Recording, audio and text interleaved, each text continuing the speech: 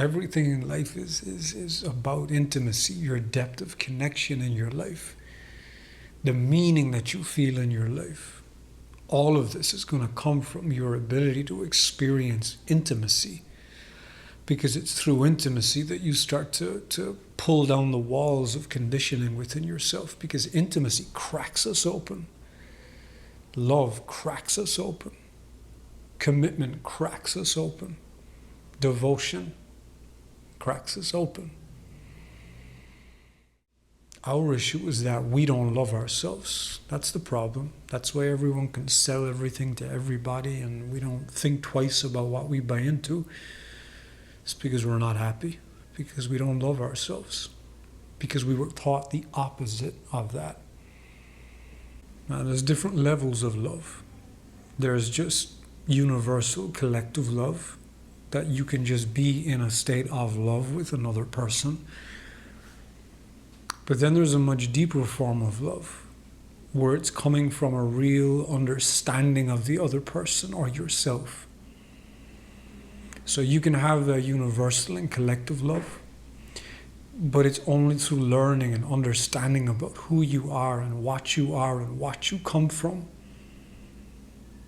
Knowing your likes and your dislikes, and the precise little things that you require in order to be most balanced and in alignment and energized and relaxed and empowered.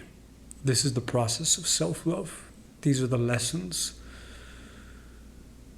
that we have to come to understand about ourselves, because it starts with us first. Your work, your focus, your devotion before anything needs to be to meet yourself. It needs to be to feel yourself. So you start to remember your own aliveness,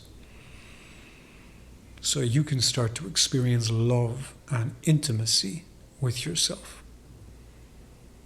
I went about 22 years of my life and I had never held my own hand. I had never held myself, because I was terrified of seeing myself. And I was also terrified of other people seeing me. So what happens? We close, we brace, and then we try to be something that we're not. And the more that we can be something that we're not, the bigger the wall starts to be built up around us. And these days when you meet someone, that's what you're dealing with. You're dealing with that wall. And there's always different thicknesses that's going on. But if you show up in front of that person as someone who has a deeply intimate relationship and partnership with yourself, the level of love and compassion and patience, truth that you'll have access to in yourself, that wall will start to dissolve over time.